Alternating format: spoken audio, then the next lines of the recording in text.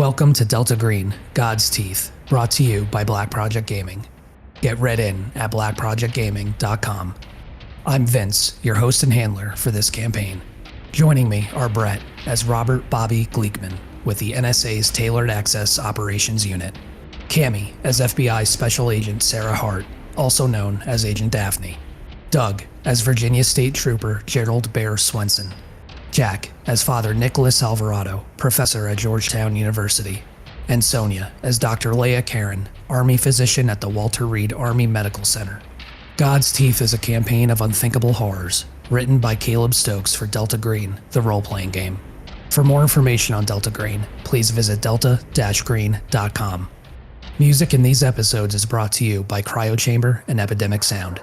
This podcast contains depictions of and allusions to violence against both children and animals, as well as unnatural horror, graphic violence, and adult language. As a result, it is intended solely for mature audiences. Listener discretion is strongly advised.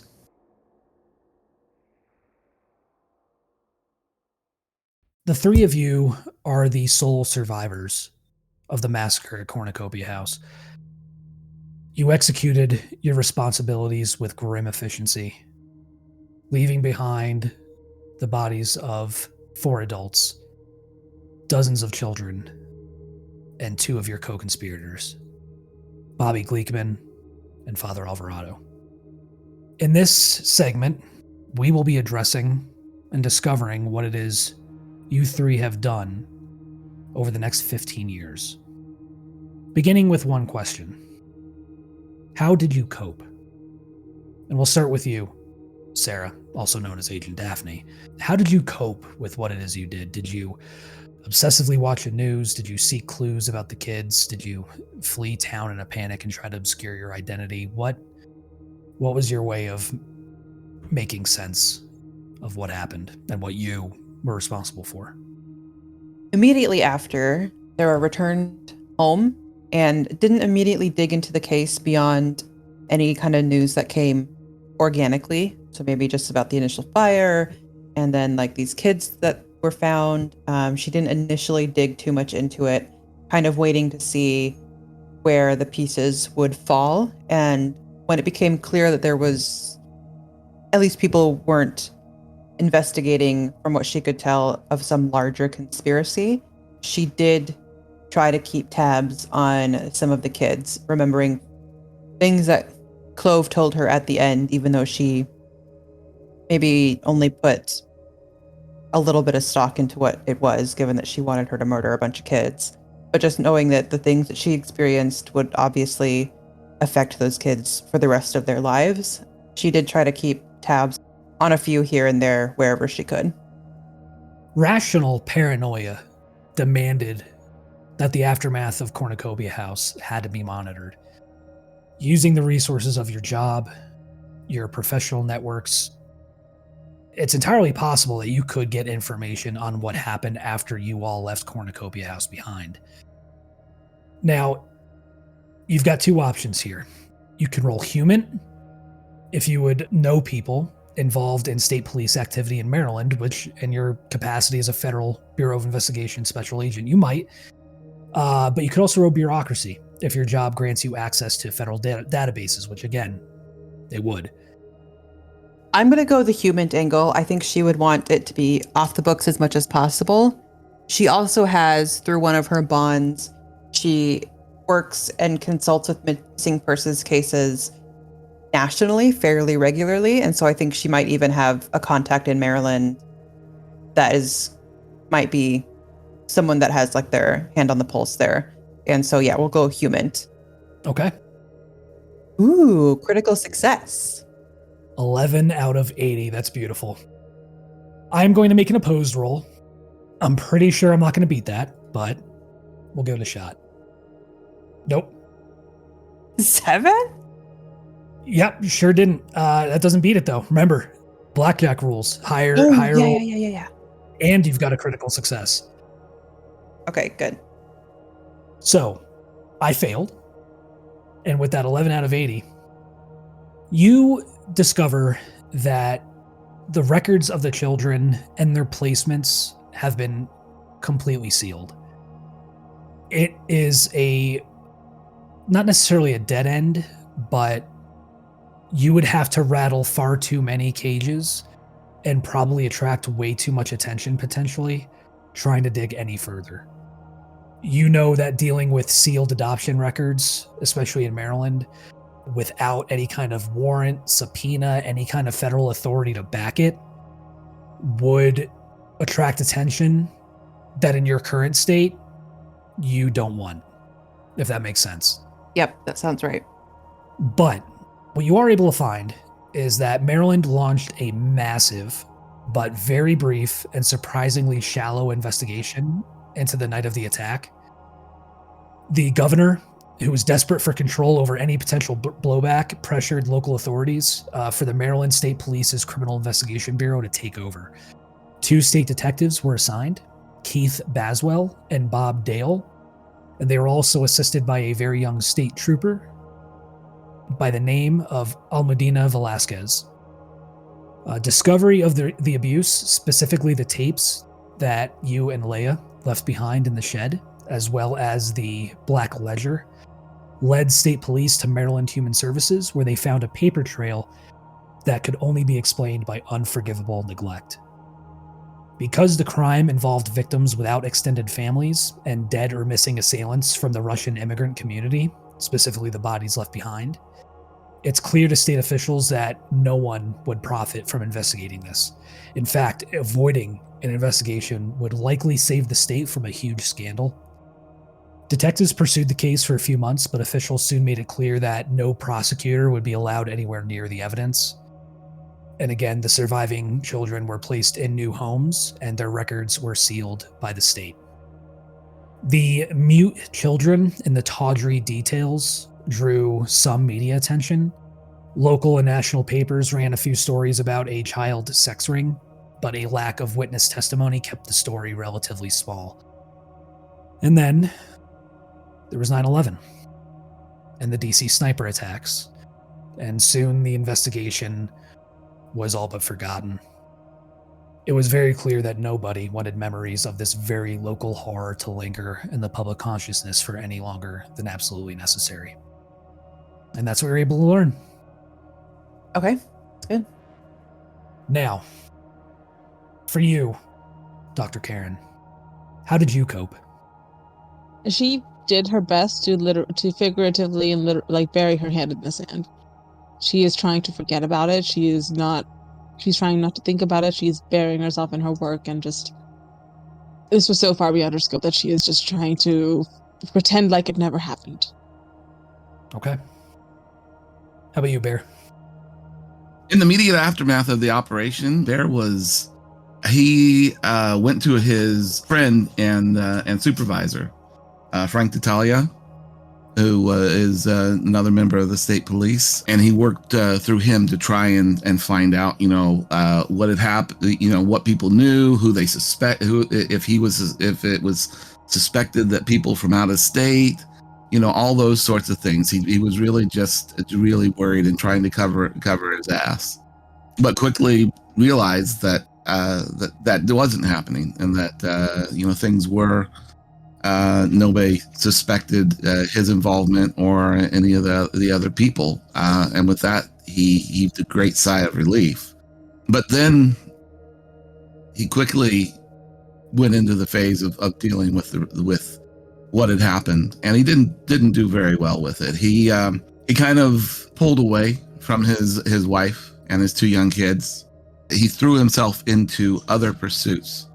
Telling himself that his hobbies of guns and outdoors and knives and all these manly pursuits that he had done before that were a good distraction and a good way for him to move on from this, while at the same time giving him a way to perhaps prepare himself for the next time if something like this should ever happen again, and God forbid, the next time he wouldn't let those kids down.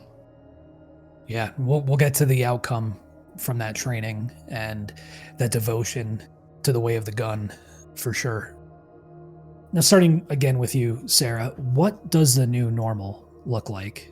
Nothing in your lives approaches, in the next 15 years, approaches the madness of that night at Cornucopia House, which makes the memory of it stick out all the more. What is your new normal? Where do you live? Who do you work for? Do you stay in your current place of employment? Do you move to a new field office? Where do you end up?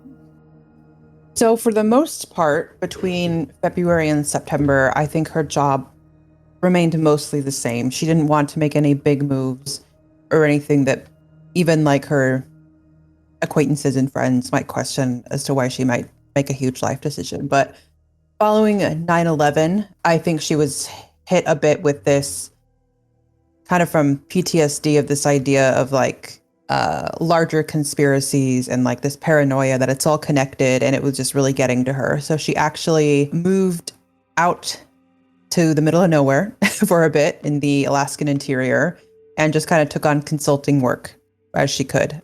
She didn't really stick with the bureau officially. She just consults. She's kind of out on her own, trying to center herself a bit, and that's become her new normal. Okay, so she goes into business for herself as a consultant. Yes. I'm assuming contracting primarily with the FBI. Yep. And then she can also do like private investigations if like a family reaches out to her as well. Got it. Okay, so yeah, private investigative license in Alaska, maybe assisting Alaskan State Police, local smaller agencies that obviously don't have the same level of resources as the FBI or even the state level authorities. Okay, that makes sense. I like it. What about you, Dr. Caron? Do you stay in the Army? Do you move on? I think once she's put in her time in her residency and gotten her own, like solidified her license and her medical practice, she definitely moves out of the hospital. The hospital life is rough. Long shifts, very little reprieve. So I think she opens up her own practice. Okay.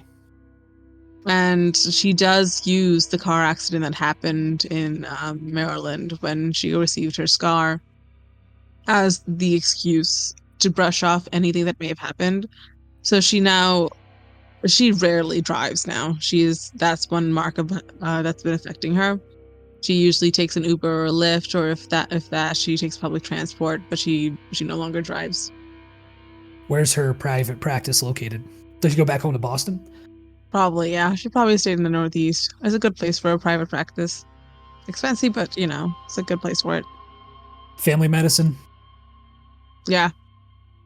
Nice. Probably has a couple like other nurse practitioners or like PAs working under her, but yeah, she opens up her own practice. Okay. How about Bear? What's Bear's new normal look like? Bear's life didn't change all that much. It still hasn't in a lot of ways. Bear kind of went back to his job, going through the motions. He was a junior officer in the state troopers, the Virginia State Troopers, when the incident happened, and he stayed a junior state trooper for a concerning amount of time. Frank, his supervisor, was starting to worry about him, and eventually, when they couldn't avoid it anymore, he got a promotion. But that's sort of how his career is going right now. He's really focused on other things, and he's absent at home, absent at work. He really lives, for his other pursuits. His love of guns, his love of going to gun shows and hanging out with other men and drinking beer and those sorts of pursuits. He dreads going to work on Monday, and he can't wait for the weekend. This promotion, is he still working the road? Oh yeah, no, he really just got promoted to where he should have been after a couple of years of service, I would say.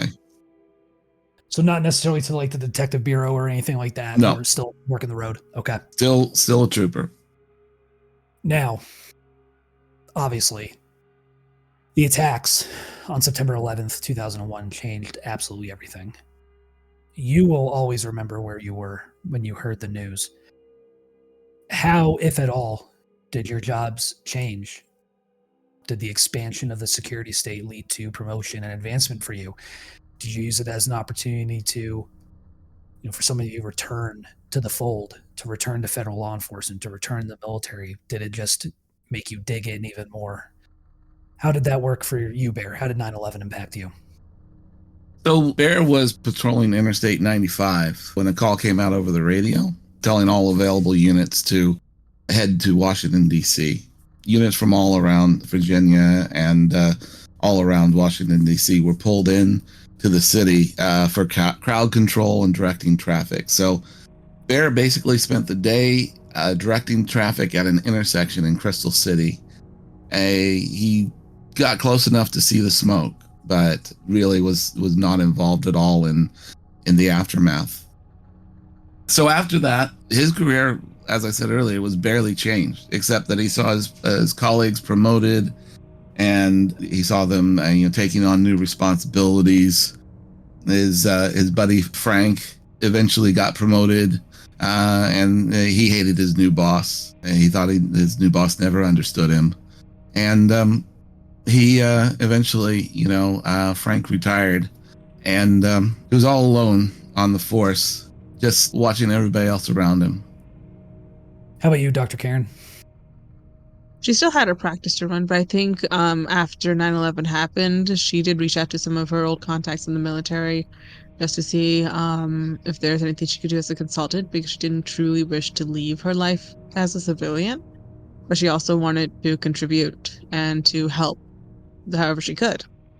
So she was likely called in if needed for emergency services. She probably either volunteered or applied for a job part-time at one of the local ERs or just to help. But she wasn't in New York specifically, so she couldn't really help in that area in the immediate aftermath. And obviously with former Agent Hart being out in the Alaskan interior, very far removed from the horror and tragedy of that day, how did it impact Sarah across all that distance?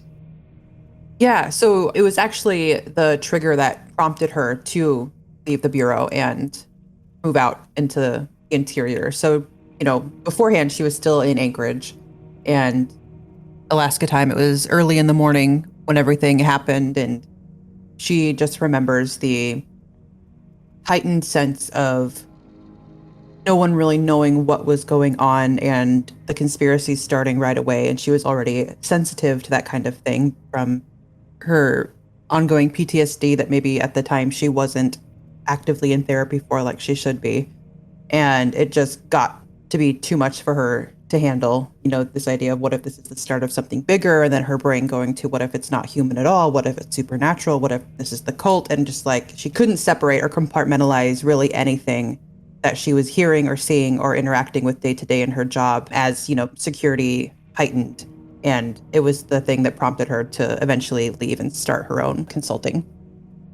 Now, for the three of you, that night at Cornucopia House was the last contact you had with what you didn't even know, except for you, Agent Daphne, was the old Delta Green conspiracy.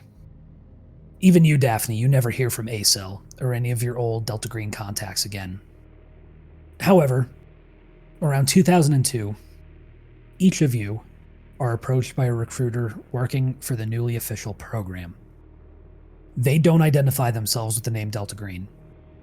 Instead, they identify themselves as being with something referred to as the Security Studies Group, the SSG. They refer to it as the program.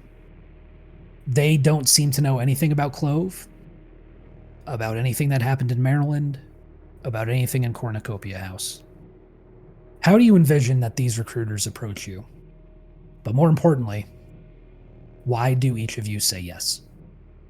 And we'll start with you, Dr. Caron. They probably find her. She's not hard to find. She's a doctor with her own practice. She works at one of the local ERs. So she's not particularly difficult to find or to make an appointment with. They probably just find her after her day is done and make their proposal. And she has been shoving the memories of the night at Cornucopia House to the far back of her mind, trying very hard to forget, even as she lives with the scars of it. And she, I think, listens to their proposal, and it's silent for a long, long time after they make it. And she thinks about the unnatural thing that was killed, the children that were left there to their fate.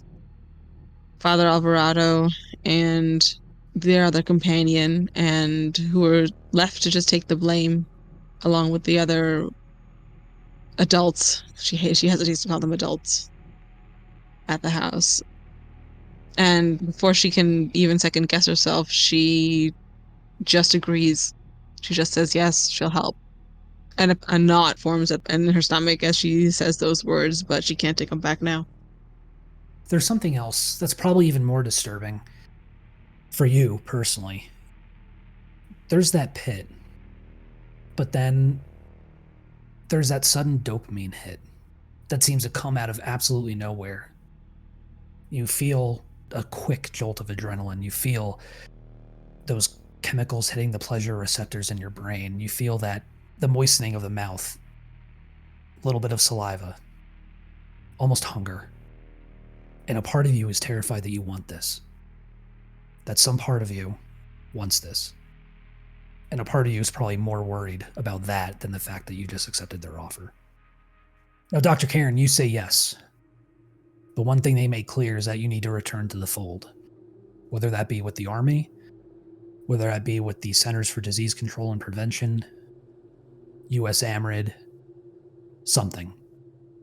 You need to be in a place where they can get to you, and a place that will afford you the authority and the access to be of service. Where you end up is entirely up to you.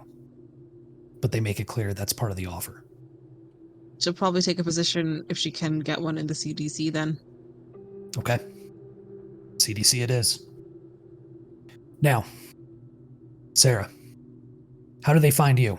How does the recruitment pitch go, and why do you say yes?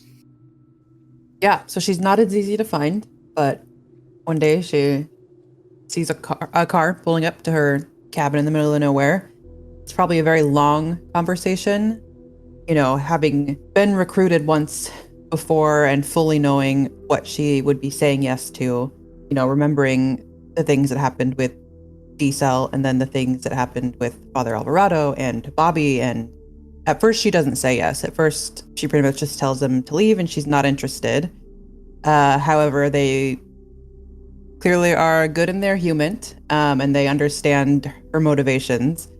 And they give her just enough information of something to kind of trigger her biggest weakness, which is her need to have things neatly packaged and to understand and no loose ends. And once you present her with a question, she needs to find an answer.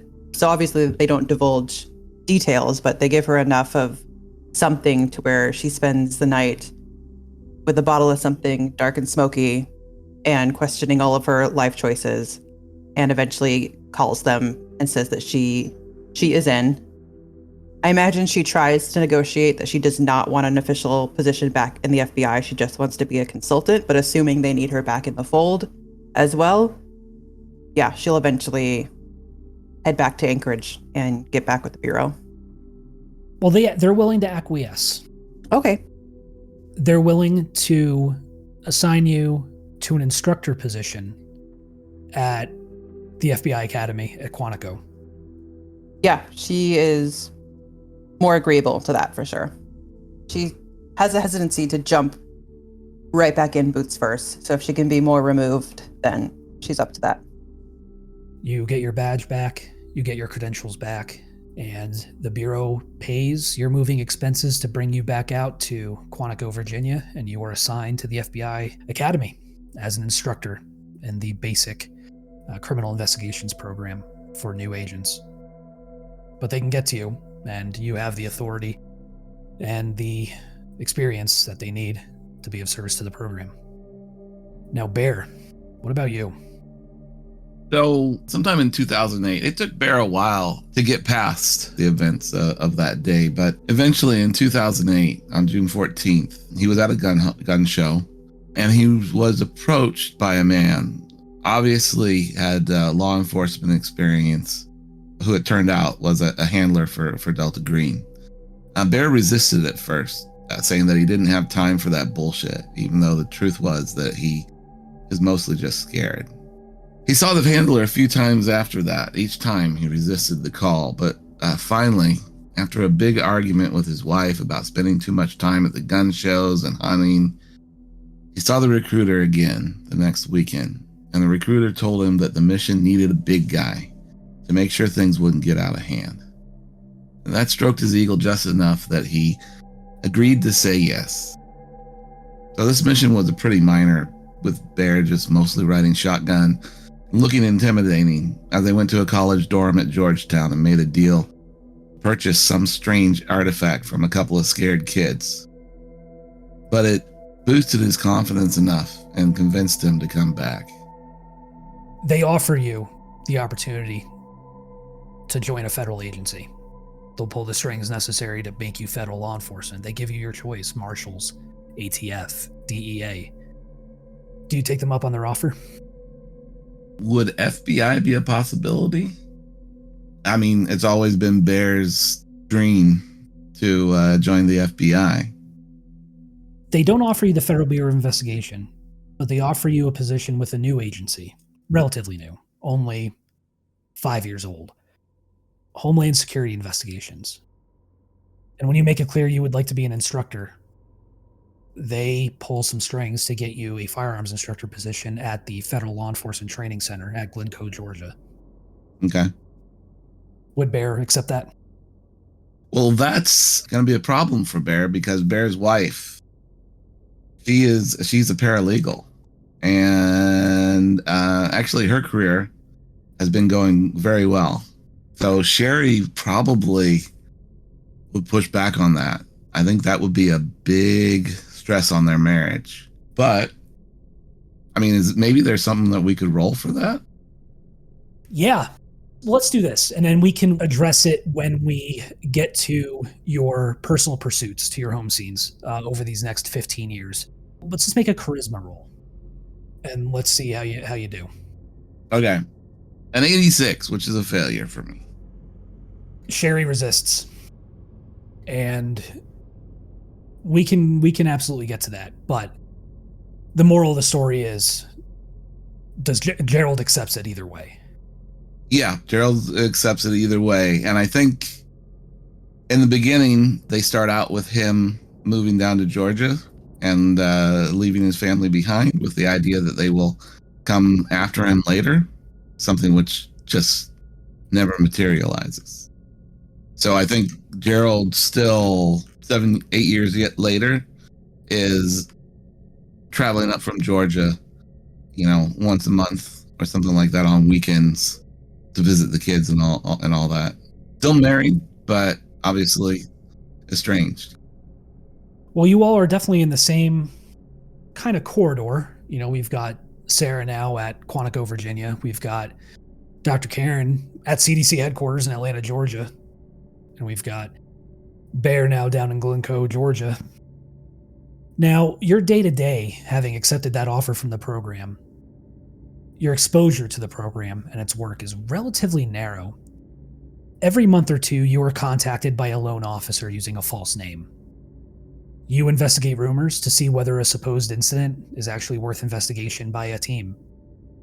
There are these long years where you only occasionally receive calls for help, and most of those turn out to be completely bogus, and the ones that do matter are handed off to someone else while you are sent home. You probably assume that you're being treated as second-rate agents. But how do you approach this work? How do you respond to it? What does your slow slide into obscurity look like? And we'll go back to the top and start with you, Sarah. Sarah, surprisingly, is grateful for it. Maybe not surprisingly, considering the efforts she went to remove herself. But I think when she first got back into it and she got the first contact and the first question, old habits started to pick up, and she got into this idea of not necessarily being important, but being in the know and being aware of potential things that might be happening. But as that happens less and less, I think she starts to take advantage of how removed she is. She's definitely gone to therapy over these years, and I think she keeps that cabin in Alaska and when she can, she goes there for a little while just to center herself. And I think she enjoys not being important to this agency after everything that happened to her, even though it's been, so long. She's still haunted every night by the people she has lost. So she's happy not to be put in a situation where she might lose more.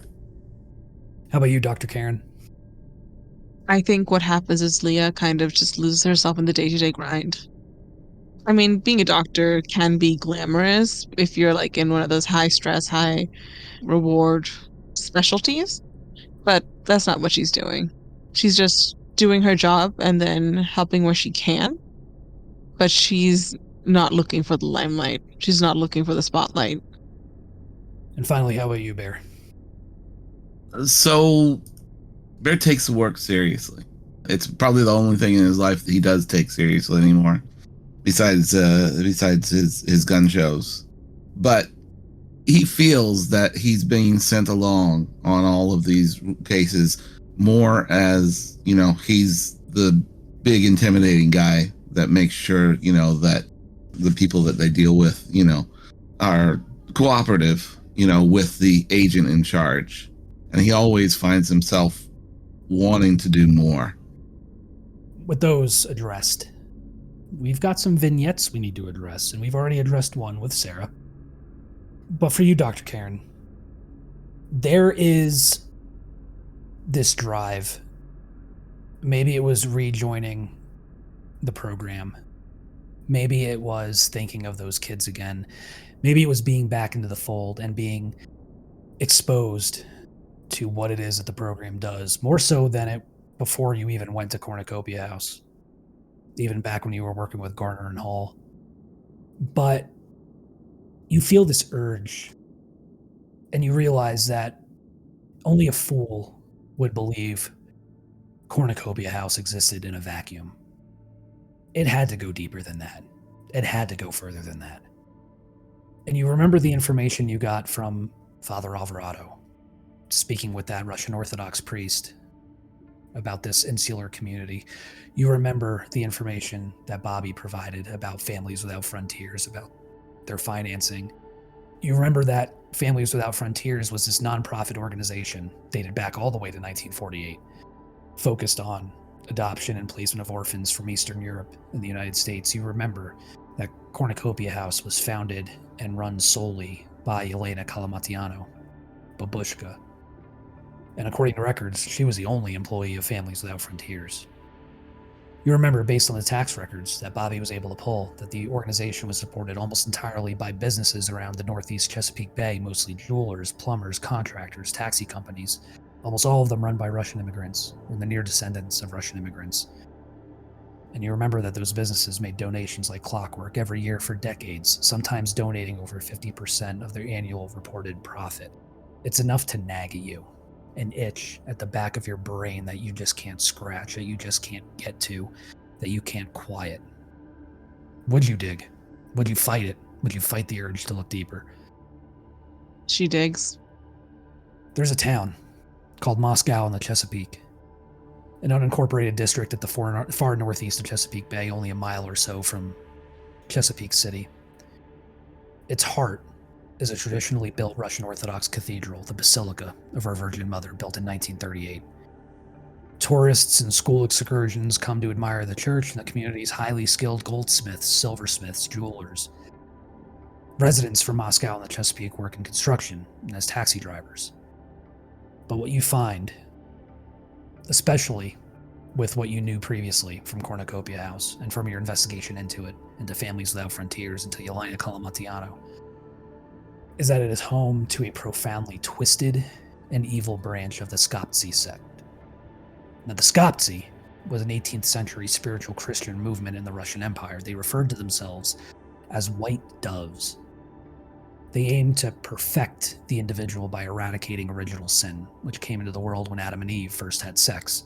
Human genitals were the true mark of Cain, and castration was the true message of Jesus Christ. They practiced castration by the application of one of two seals: the lesser seal, the removal of the testicles, and the greater seal, the removal of the penis or complete emasculation. Women, likewise, were mutilated. Removed nipples or whole breasts, in some cases only scarred, and also often removed the labia minora and the clitoris. The organization was essentially wiped out by Stalin during the Soviet Union era, but there were rumors of surviving communities in countries like Latvia all the way into the 1990s. What you find through relentless research and through many sleepless nights is that within that sect of the Skoptsi was a cult that castrated themselves not to atone for sins, but in a bid to gain immortality. They relied on orphans to propagate through the generations, and they called Moscow on the Chesapeake their home. Yelena Kalamatiano had to have been one of these. Whether or not she was still a member of this organization is up for debate. Did she break away? Was she launching her own offshoot? Was she still very much a flag bearer for the Skoptsi? But you find this information. What do you do with it? Do you take it to the program? Do you try to act on it yourself? What's your approach? At first, I think she just has to sit on this information. It has to digest. She's found this place, the root of the horror show that happened at Cornucopia House. And I don't see a way where she can tackle this herself without ending up like Father Alvarado. So I think she does take it to the program. It proves disappointing. A cult of castrated Russian pedophiles with no ability to procreate is low on their threat list. Furthermore, you're a case officer, and individuals with what the program refers to as security seem more concerned about what led you to the Skoptsi to begin with. It leads to some tough questions. How you found out about this, how you learned about it. How do you handle that? They know that she was part of whatever was there before, correct? Or at least was a freelancer? They knew you were a friendly. You were able to glean that much from your recruitment. But it is very clear that they knew nothing about what happened in Maryland or your involvement with it. Especially by the questions they ask once you start telling them about the Skoptsi and Moscow on the Chesapeake. I think she tells enough of the truth that she can get the hell out. She can distance herself from the situation. Enough of it to just wash her hands of it. If she can. So you tell them the truth. I think she's going to say that she was consulted on the basis for a case that had happened in Maryland.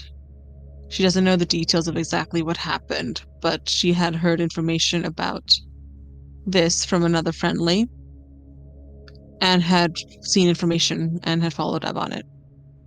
Like, she's not telling the complete truth. She's not telling the whole truth. She's definitely lying by omission if she can. Do you maybe mention that you were working on something for Garner and Hall for your contacts while you were a friendly? I do. I think that's the best way to get them off her back and follow a different trail. Okay. You lie through omission and peppering in just enough of the truth. Things are tense for a little bit, but you've made your report. They're aware. And it doesn't seem to be that they're onto you or onto maybe what you may have been responsible for and what you did. There's bigger fish to fry for them, but they take it. You're just not sure if they're actually going to do anything with it. Yeah. No, but that kind of does raise alarm bells because she thought this was maybe a successor to the previous one, but no, they know nothing. So what the hell mission were they on in Maryland all those years ago? Now, do you have anything in criminology? 10. A 10? Okay. You can make a roll if you like. Sure.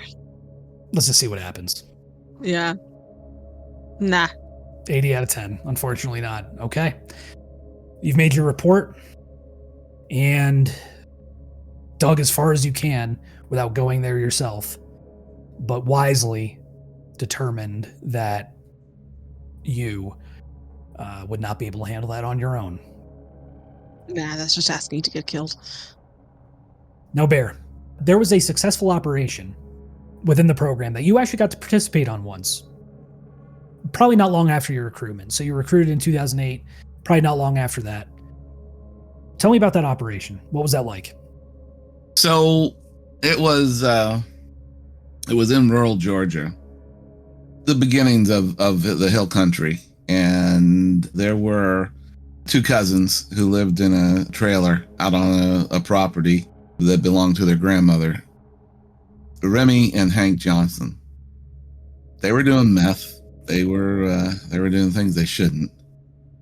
But Hank was infected by something unnatural that caused him to transform. He became a decaying corpse covered with maggots, although he was still walking and talking. Eventually, Remy, so freaked out about this, actually murdered his cousin, or at least put him out of his misery. Bear and his partner were sent to cover up the incident, to get rid of the body, and to make sure that Remy never talked to anybody about this. So they convinced him that he'd gotten a hold of some bad meth, and it was all his imagination. There's something that comes over you while you're in that trailer with Remy, trying to convince him that this was all in his head. This was just a bad meth trip. There is this shifting, meaty smell that alternates between appetizing and nauseating. And it's emanating from Remy. You've never smelt anything like it before. But it awakens something in you. Remy needs to die. And the longer you spend around him and in this trailer, in his proximity, the smell grows stronger and stronger. And deep down, you know that the only way to remove this taint is to kill him. What do you do? I think I would pull my partner aside. You know, maybe step out of the trailer for a little bit and leave Remy crying, sobbing on the couch, and then tell him, man, I don't think he's going to go for it. I don't think we can trust him. What are you proposing? He's seen too much. Look, we're burying one body. May as well bury two. You know what I mean? You ready to start making the tough calls, Swenson? This guy does not look at his fucking life. Come on. We can't take the chance.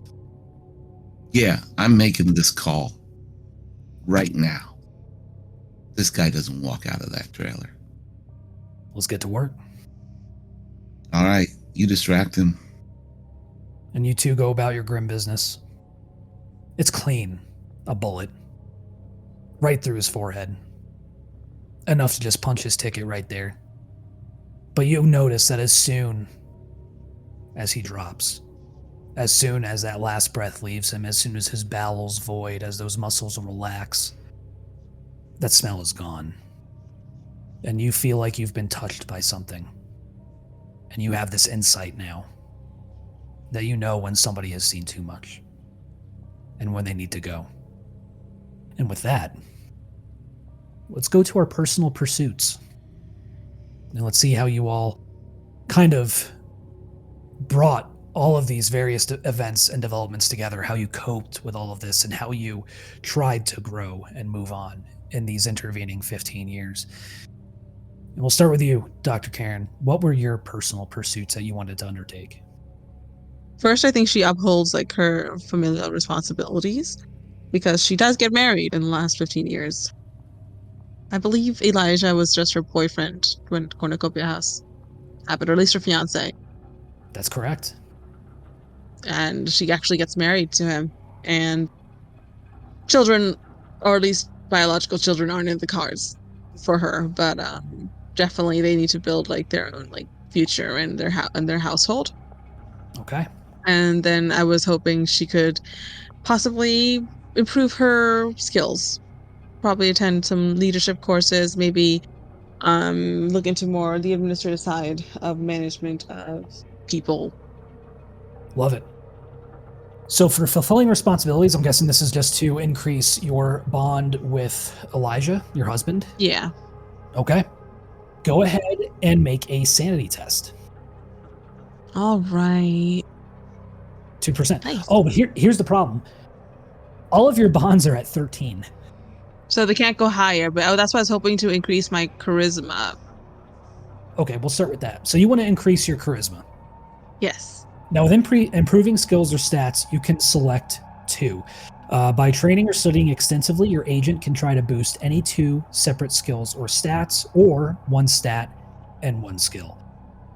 So in this case, charisma, is there anything else you want to try to improve? It would make sense for her to increase her intelligence. Okay, beautiful. Go ahead and just roll charisma first. Motherfucker. That's good. You want to fail. Add 1 point to charisma. Bring it up to a 14. Dr. Caron, now being in the CDC, does she pursue any... let's see what skills here. So you've got science, biology, right? Which is great. Yeah. Do you maybe take lessons in microbiology? Do you try to improve your bureaucracy? What do you try to do there? I think it would make sense for her to try to improve her bureaucracy. Okay. Just because with all the paperwork and everything that she's doing, navigating that would make it easier. Absolutely. Or even like her human, if she has to talk to people. Well, yeah. I mean, with the CDC, especially being in the public health service, dealing with people a lot more, interviewing people, tracking outbreaks. So you can really go either way, bureaucracy or human. Entirely up to you. I think I'll do human. Okay. Go ahead and make a test. 40. Beautiful. Now you add 3d6. 7. So now it's up to 39. That's pretty good. Not bad. Not bad at all. So, those are 2 personal pursuits. Do you do a third one? So I do increase my bond with Elijah to 14. All right, we did improve skills or stats for your first one. You improved your charisma to 14, and you increased your human. So we did a skill, and then we did a stat. But the one thing is, with improving skills or stats, each increase to a stat or skill reduces 1 bond by 1 as you let other responsibilities lapse. So because you improved your charisma and you improved your human, that's 2 you have to deduct from either 1 bond or 2 bonds. I think I'll take, I will have not seen Caroline as often, so she will have less see less of Leah, Auntie Leah, for a while, and probably go a little bit more distant than that you are before. Okay. Now, with your sanity test of a 2%, you can add 1, because it's only 13 to 14, to your bond with Elijah, bringing him up to 14. Mm-hmm. How do you 2 spend time together? I think we're just like newlywed couples. We went on a honeymoon. We went on a pretty long vacation, and Leah had used that both to kind of reconnect with Elijah after med school and her residency and everything, kind of distancing them as a relationship. And she also uses it to reaffirm her role in his life and his role in hers as an anchor and a kind of guiding point. That's the reason why she does everything she's doing. Love it. Now with those 2, you've got 1 more personal pursuit. So we did the improved skills or stats. We did the fulfill responsibilities. What do you do next? I think she's actually going to do special training. Okay. And I'll look it up. Okay. Sarah, what do you do during your downtime? What are your 3 personal pursuits?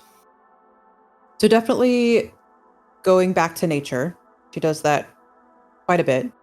Spending time out on her own in her little cabin is definitely going to be a big one. Sure.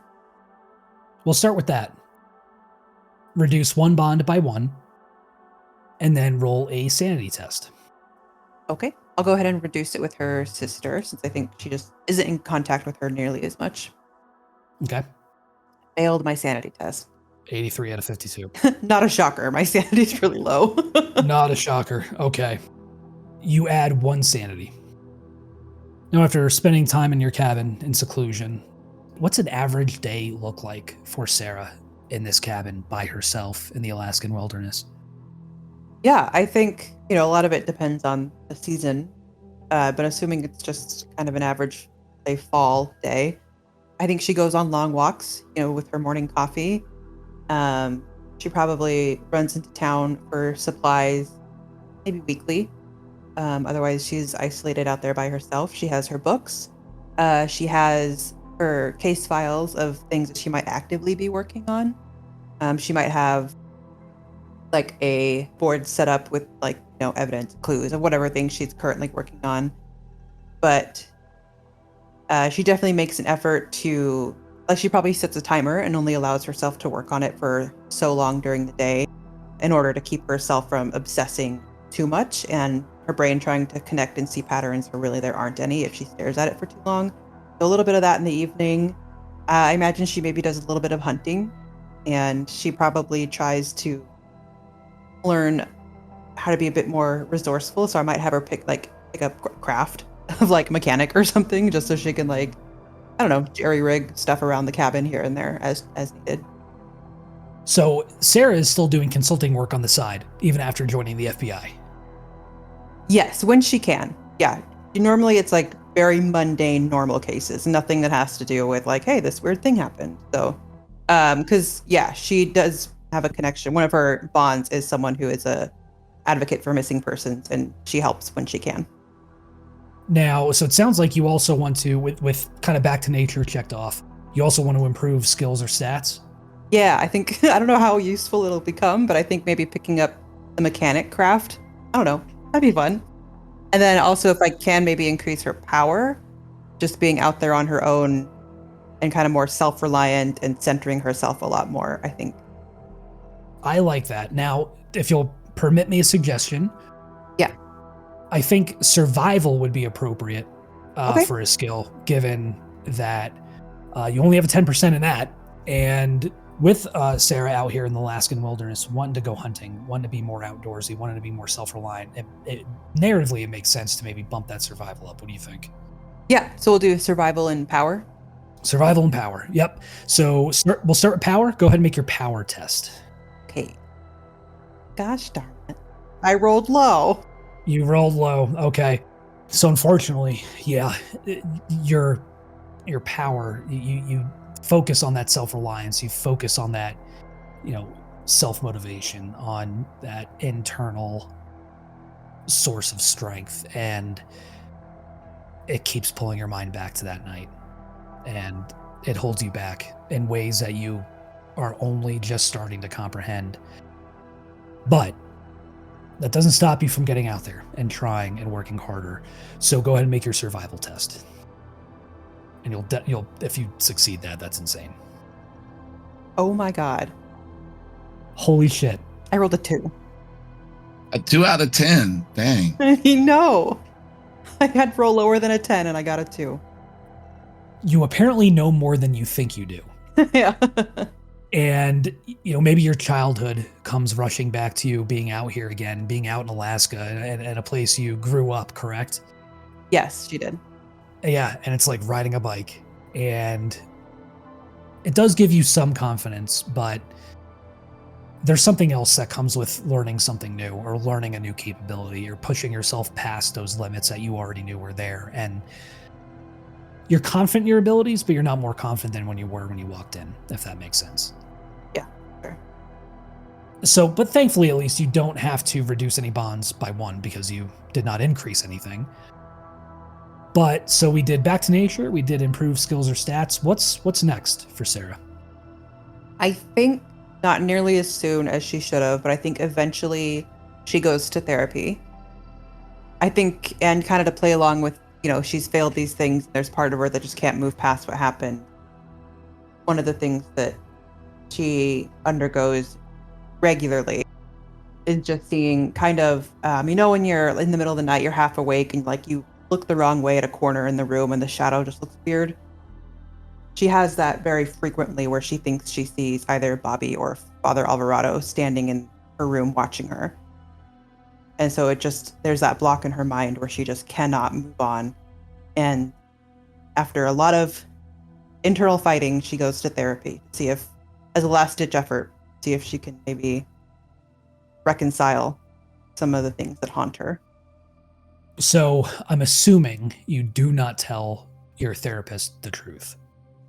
No, she pretty much just says, a case where she lost a coworker when she was in the FBI is about as far as she goes.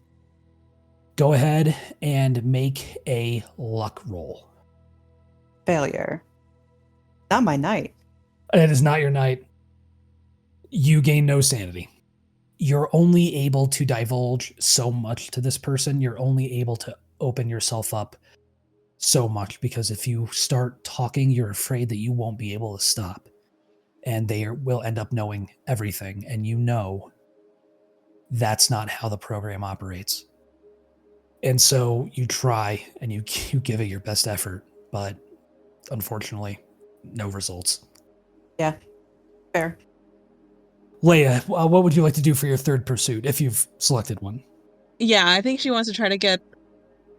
She's putting on the tinfoil hat. Criminology. Okay. Like, she has 10% in it. I think she wants to increase her training in it. Got it. Okay, so we've got criminology, but then don't forget you can do one more skill or another stat. Let's do Constitution. Oh, nice. Okay, beautiful. We'll start with criminology. Go ahead and make that roll. Yeah, 30 out of 10. Failure's good. Yep, 30 out of 10. Go ahead and add 3d6. 9. Cool. Not bad. Yeah. 19. Now for con, go ahead and make a con test. Nah, bitch. 17 out of 55. Yep. So unfortunately, those long nights at the hospital paid off, and she can actually work through shit. yeah, but it's still exhausting. It's still exhausting. Yep. How does Leah improve her criminology? I think she's going back and looking over whatever public files are available for recent cases, and she's looking to see like the order of operations for how the agents handled their missions, their operations, how going into the minds of the criminals, trying to figure out their thought process and things like that. Yeah, I mean, especially being somebody who's working for the program by, assessing these incidents and, seeing how these other teams respond to and deal with. Yeah, that makes sense. I'll take it. So yeah, good. Bear, your 3 personal pursuits. What does Bear get up to? So the first thing Bear does is he loses himself into the shooting range and gun shows and occasionally hunting and other outdoor pursuits and things like that. Trying to convince himself that he's a manly man and that these things that happened weren't his fault.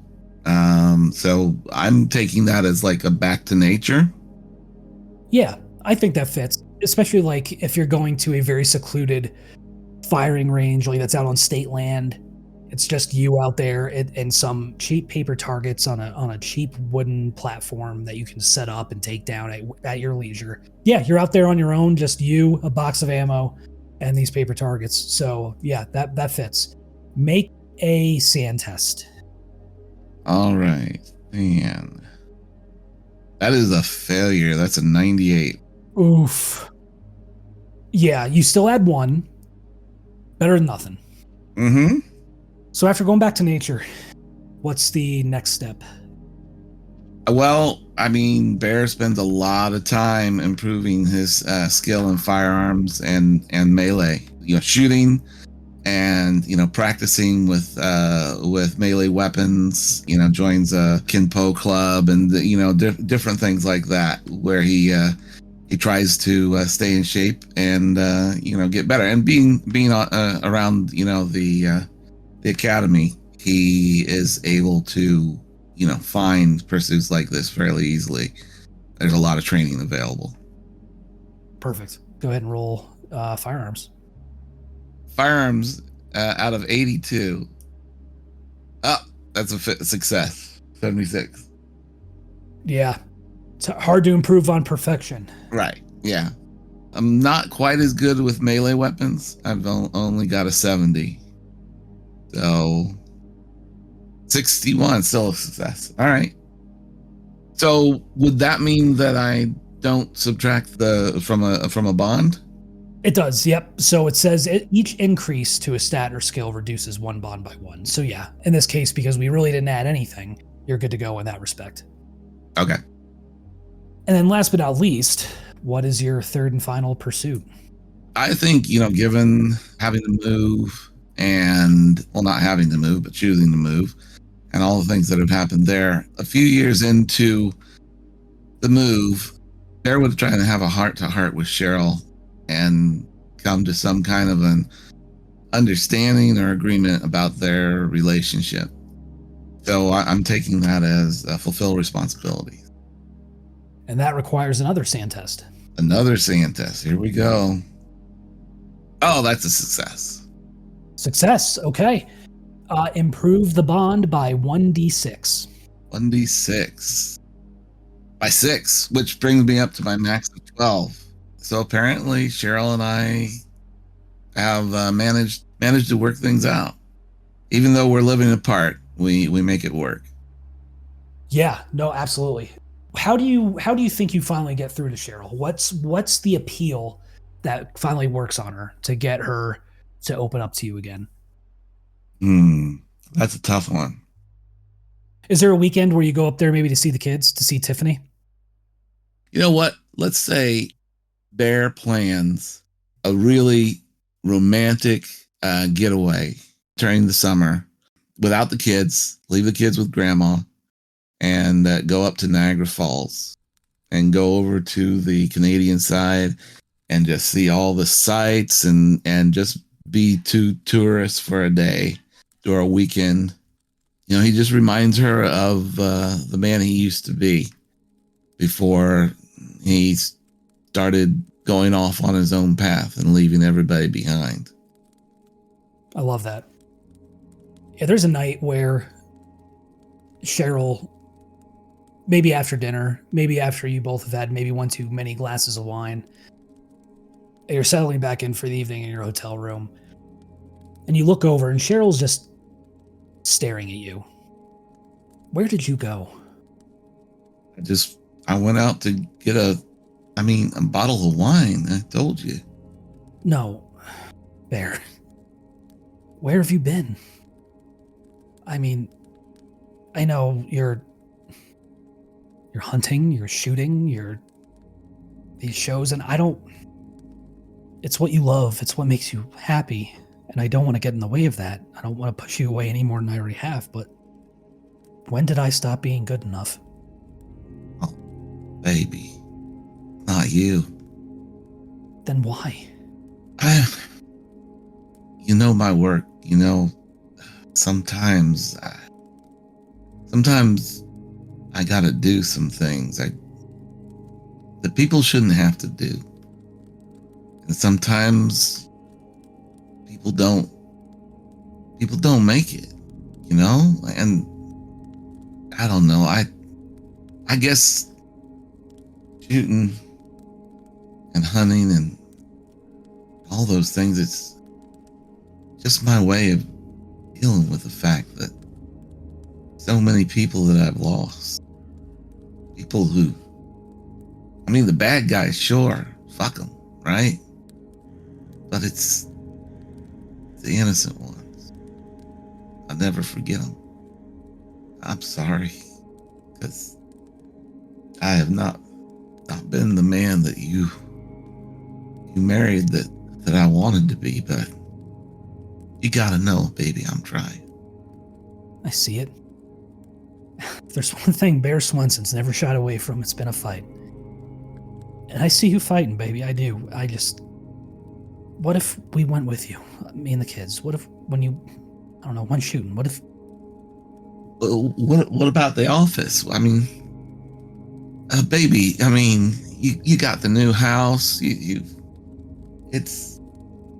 There's law firms in Georgia. I miss my family. I miss you. Just talk to me. All right. I'll start looking for a house. You start looking for a job, and let's talk about it next month, okay? Yeah. Yeah, I'd like that.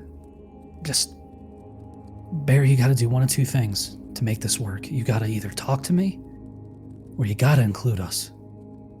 You're not in this alone, no matter how bad you may want to be. I mean, you've been talking for a long time about me seeing someone. You know, I think that's bullshit.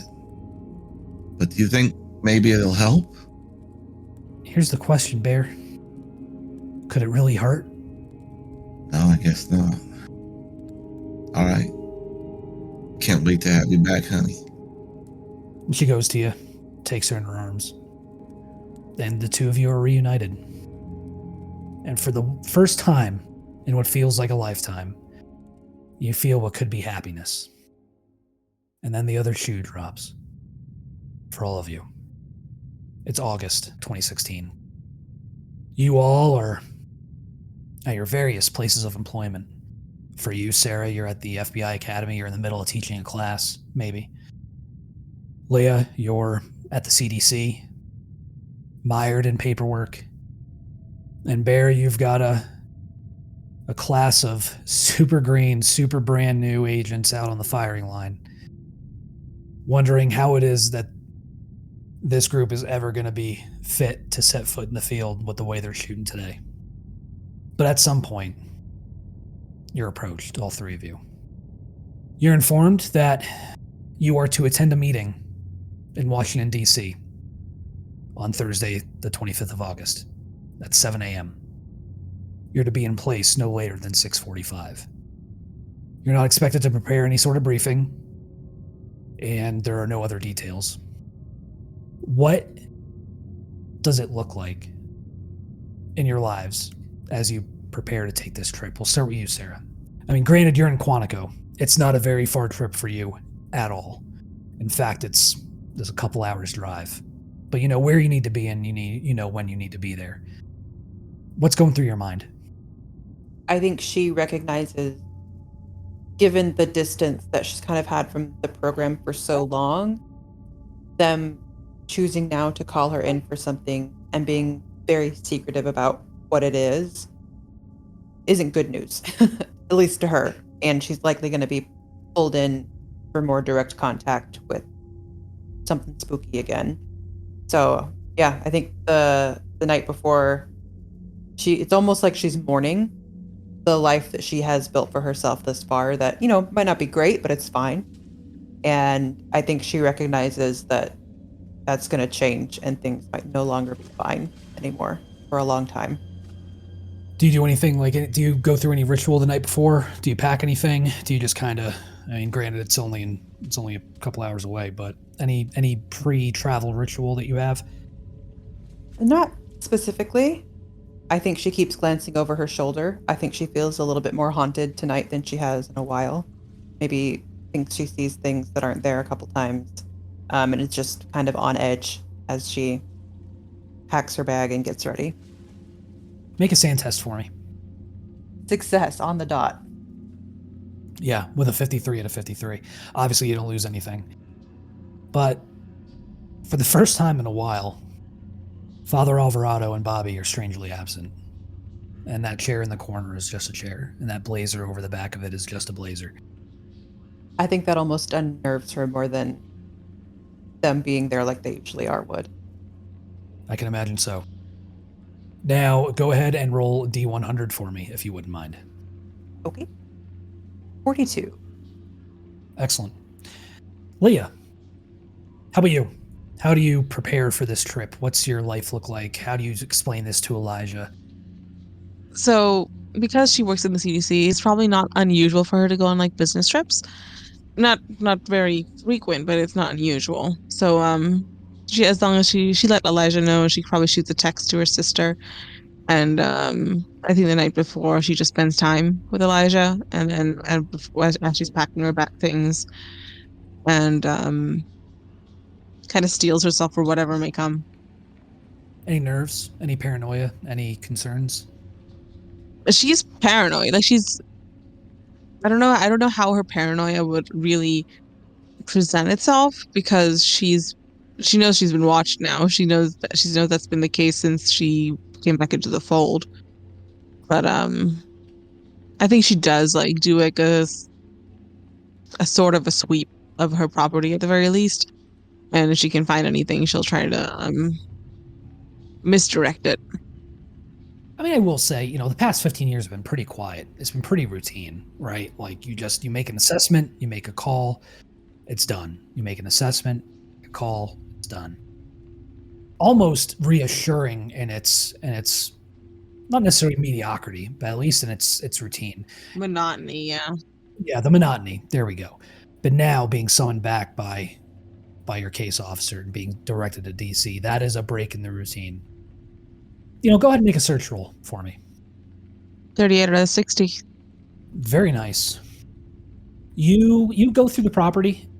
How deep do you go? Like, are you trying to not alarm Elijah? What's kind of like your routine? How do you go about doing this? I think she says she's taking a walk just to clear her head after she finishes packing, and she just does a round around the house. Well, maybe a round or two, but she doesn't try to linger too much. But once Elijah's asleep, though, she does do a deeper dive into if she finds anything, or if she notices anything odd. Yeah, nothing odd. No cars stand out. All the cars you see on your street are the same cars you've seen since you moved into this place with Elijah.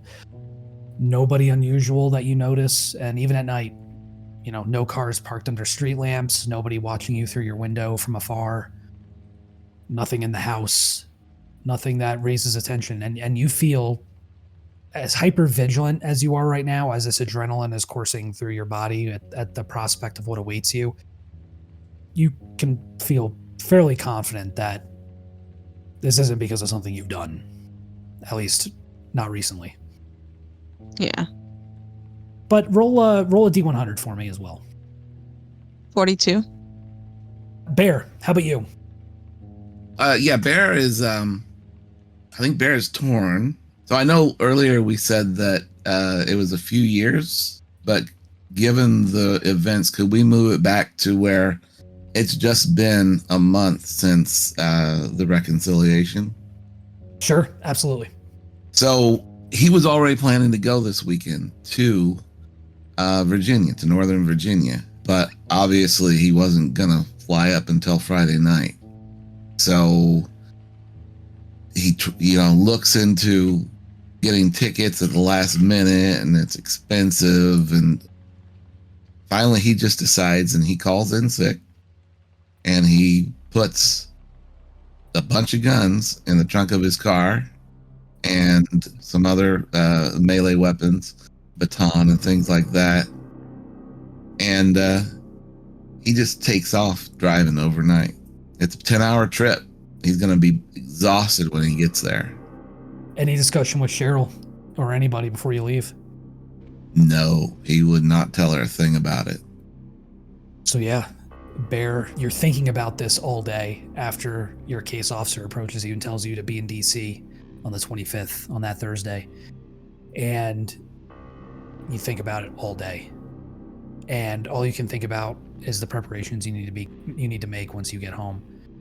Mm-hmm. And you follow through on those, and all those weapons go into the back of that car in their respective duffel bags, their respective cases, and you get behind the wheel, and without a word to Cheryl or Gerrald III or Tiffany, you drive off and you head north on that Wednesday evening with the expectation of making it there Thursday very early in the morning. Yep.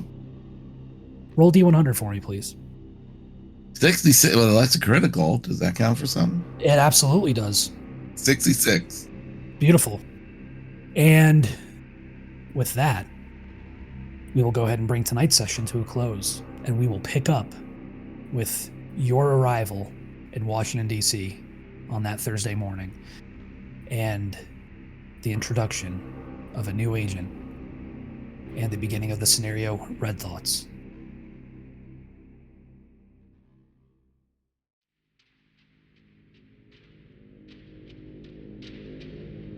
Thank you for listening to Delta Green, God's Teeth, part of the Black Project Gaming podcast. If you like what you heard, please consider leaving us a review on Apple Podcasts or a comment on YouTube. Be sure to visit blackprojectgaming.com for previous and future Delta Green episodes. If you'd like updates on all future releases, please follow us on Blue Sky or Facebook. Until next time, I'm Vince, your host and handler, with Brett as Robert Bobby Gleekman with the NSA's Tailored Access Operations Unit, Cami as FBI Special Agent Sarah Hart, also known as Agent DAPHNE, Doug as Virginia State Trooper Gerrald Bear Swenson, Jack as Father Nicholas Alvarado, professor at Georgetown University, and Sonia as Dr. Leah Caron, Army physician at the Walter Reed Army Medical Center. Thank you again, and remember, we'll be seeing you.